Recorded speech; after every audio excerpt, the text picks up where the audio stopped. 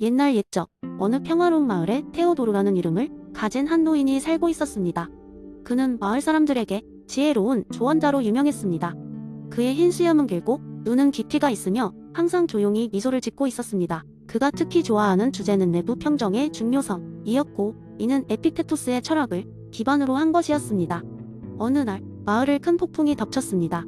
돌풍에 의해 농작물이 망가지고 몇몇 집이 파괴되었으며 마을 사람들은 깊은 상심에 빠졌습니다. 모두가 절망하고 있을 때 테오도르는 마을 광장에 자리 잡고 앉았습니다. 사람들이 몰려들었고 그는 침착하게 이야기하기 시작했습니다. 여러분, 테오도르가 말했습니다. 우리는 오늘 큰 손실을 겪었습니다. 자연의 힘은 우리의 통제를 벗어납니다. 하지만 그런 외부의 사건들에 대한 우리의 반응은 전적으로 우리에게 달려 있습니다. 가까이 있던 농부가 외쳤습니다. 그러면 우리는 아무것도 하지 않는다는 말씀이신가요? 우리의 밀은 어떻게 하고 집은 어떻게 고치나요? 테오도르는 부드럽게 웃으며 말했다. 물론 우리는 행동해야 합니다. 하지만 먼저 우리의 마음을 다스리는 것이 중요합니다. 외부의 사건에 얽매이지 않고 그에 대한 우리의 반응을 주의 깊게 선택해야 합니다. 하지만 어떻게 마음을 다스릴 수 있을까요? 한 젊은 소년이 물었습니다. 내면의 목소리에 귀 기울이고 감정이 치솟을 때 그것을 있는 그대로 바라보세요. 그러면 그 감정이 우리를 지배하지 않게 됩니다. 걱정보다는 우리가 통제할 수 있는 것들에 집중하세요. 우리의 행동, 결정, 그리고 타인을 향한 친절함 같은 것들입니다. 그의 말은 사람들 사이에서 속삭임을 일으켰습니다. 모두는 테오도르의 지혜를 반추하며 한 번 더 자기 자신을 돌아보게 되었습니다. 그들은 가라앉은 마음으로 서로에게 다가가 손을 내밀었고 다 함께 문제를 해결하기 위한 계획을 세웠습니다. 시간이 지나면서 마을은 다시 옛 모습을 찾게 되었습니다. 하지만 그날의 교훈은 사람들 사이에 시들지 않는 씨앗으로 남아있었습니다. 그들은 비록 폭풍 같은 어려움이 다가와도 내부의 평정을 잃지 않았고 이를 통해 모든 문제를 차분히 해결해 나갈 수 있었습니다. 이 이야기는 사람들 사이에 두고두고 회자되었고 테오도르가 남긴 내부 평정의 중요성은 그의 이름과 함께 영원히 기억되었습니다. 젊은이들은 그의 말을 인용하며 새로운 세대를 가르쳤고 마을은 더욱 단단하고 지혜롭게 성장했습니다. 사람들은 깨달았습니다. 진정한 평화는 외부의 평온이 아니라 내부의 평정으로부터 시작된다는 것을. 두 번째 이야기. 옛날 옛적 그리스의 작은 마을에 에피쿠로스라는 철학자가 살고 있었습니다. 그는 언제나 지혜로운 조언을 해주는 것으로 유명했지만 그의 철학은 단순히 머리로 이해하는 것이 아니라 마음으로 느껴야 진정한 의미를 알 수 있는 것이었습니다. 오늘은 그의 쾌락주의 철학을 토대로 펼쳐진 흥미진진한 이야기를 소개하고자 합니다. 마을에는 포도원을 운영하는 디오니소스라는 청년이 살고 있었습니다. 그는 매년 수확철이 돌아오면 포도주를 양조하여 친구들과 함께 나누곤 했습니다. 많은 친구들이 그의 집에 모여들어 밤새도록 웃고 떠들며 시간을 보냈지만 디오니소스는 매번 무언가 허전함을 느꼈습니다.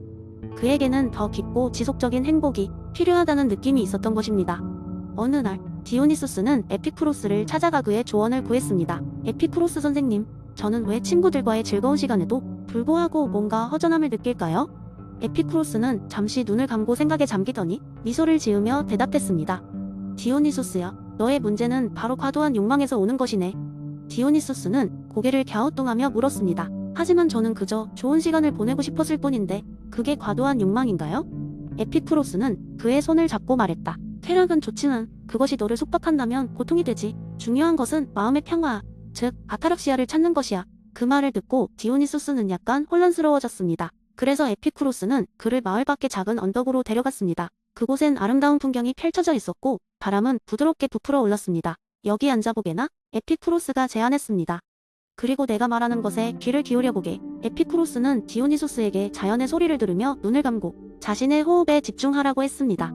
디오니소스는 처음에는 어색했지만 곧 에피쿠로스가 말한 마음의 평화가 무엇인지 느끼기 시작했습니다. 그의 호흡은 고요해졌고 그의 마음은 평온해졌습니다. 그때 에피쿠로스가 조용히 속삭였습니다. 시끄러운 즐거움도 좋고 때로는 이런 조용한 순간이 더 큰 행복을 준다네. 그 후로 디오니소스는 그의 삶에 있어 균형을 찾기 시작했습니다. 그는 여전히 친구들과의 시간을 즐겼지만 동시에 혼자만의 조용한 시간도 소중히 여기게 되었습니다. 그는 작은 것들에서 오는 기쁨을 발견했고 과도한 소비나 욕망으로부터 자유로워졌습니다. 그의 삶은 점점 더 풍요로워졌고 그는 전보다 더 행복해졌음을 깨달았습니다. 결국 디오니소스는 에피쿠로스의 가르침을 통해 진정한 쾌락은 순간의 즐거움이 아닌 지속적이고 깊이 있는 행복에서 온다는 것을 알게 되었습니다. 이는 그에게 무한한 지혜를 주었고 그리하여 그의 삶은 더 이상 허전하지 않았습니다. 이렇게 에피쿠로스의 철학은 또 한 사람의 삶의 빛을 불어넣었습니다. 세 번째 이야기인 날 어느 작은 마을에 철학에 깊은 관심을 가진 한 노인이 살고 있었습니다. 이 노인은 늘 강과 숲 그리고 하늘을 바라보며 사색하곤 했죠. 그의 이름은 에드문드였습니다. 에드문드는 스피노자의 철학에 심취해 있었고 특히 범실론의 사상에 큰 매력을 느꼈습니다. 어느 여름날 마을 사람들은 에드문드가 평소처럼 사색에 잠긴 모습을 보고는 궁금해지기 시작했습니다. 에드문드 할아버지, 무엇을 그렇게 진지하게 생각하시나요? 한 젊은이가 용기를 내어 물었습니다. 에드문드는 미소를 지으며 대답했습니다. 나는 이 세상의 모든 것이 어떻게 하나로 연결되어 있는지를 생각하고 있단다. 스피노자라는 철학자가 말했듯이 신과 자연은 두 개의 다른 존재가 아니라 사실은 하나라는 것을 말이야. 젊은이는 고개를 갸우뚱하며 반문했습니다. 그러면 신은 하늘 위에 계시는 게 아닌가요? 우리가 알던 신과 자연이 같은 것이라니 이해하기 어려운데요? 에드문드는 부드러운 눈빛으로 주변을 둘러보며 말을 이었습니다. 신이 하늘 위에만 계신 것이 아니라 이 나무에도 흐르는 물에도 심지어는 우리가 마시는 공기에도 깃들어 계신다고 생각해보게. 스피노자는 신이 우리 세상의 모든 것 안에 존재한다고 보았단다. 그렇기에 우리가 자연을 존중하고 사랑하는 것, 그것이 바로 신을 사랑하는 것과 다르지 않지. 그 말을 들은 다른 마을 사람들도 하나둘 에드문드 주위로 모여들었습니다. 그는 자그마한 돌멩이를 주워 들며 설명을 이어나갔습니다. 이 돌멩이 역시 신의 일부라오. 비록 하찮아 보일지 몰라도 이 안에도 우주의 이치가 담겨 있는 것이지. 모든 것이 신의 표현이라면 우린 그것들을 더 알아가고 이해하려 노력해야 하지 않겠는가. 사람들은 에드문드의 이야기에 점점 빠져들었습니다. 단순한 돌멩이와 같은 자연물 안에서도 신의 신비로움을 찾을 수 있다는 생각은 신선한 충격으로 다가왔습니다. 그러니까 젊은이가 다시 묻습니다. 우리가 만지고 보는 모든 것에 신이 존재한다는 것이군요? 그래서 우리가 자연을 해치는 것은 신을 해치는 것과 같다는 말인가요? 에드문드는 고개를 끄덕였습니다. 그렇지. 스피노자의 범실론에서는 우리가 서로를 존중하고 자연을 아끼는 것이 매우 중요한 가치란다. 왜냐하면 우리는 모두 하나의 실체, 즉 신의 일부니까 말이야. 그날 이후로 마을 사람들은 에드문드의 시각으로 세상을 바라보기 시작했습니다. 그들은 나무에 물을 주고 강가를 청소하며 서로에게 더 친절해졌습니다.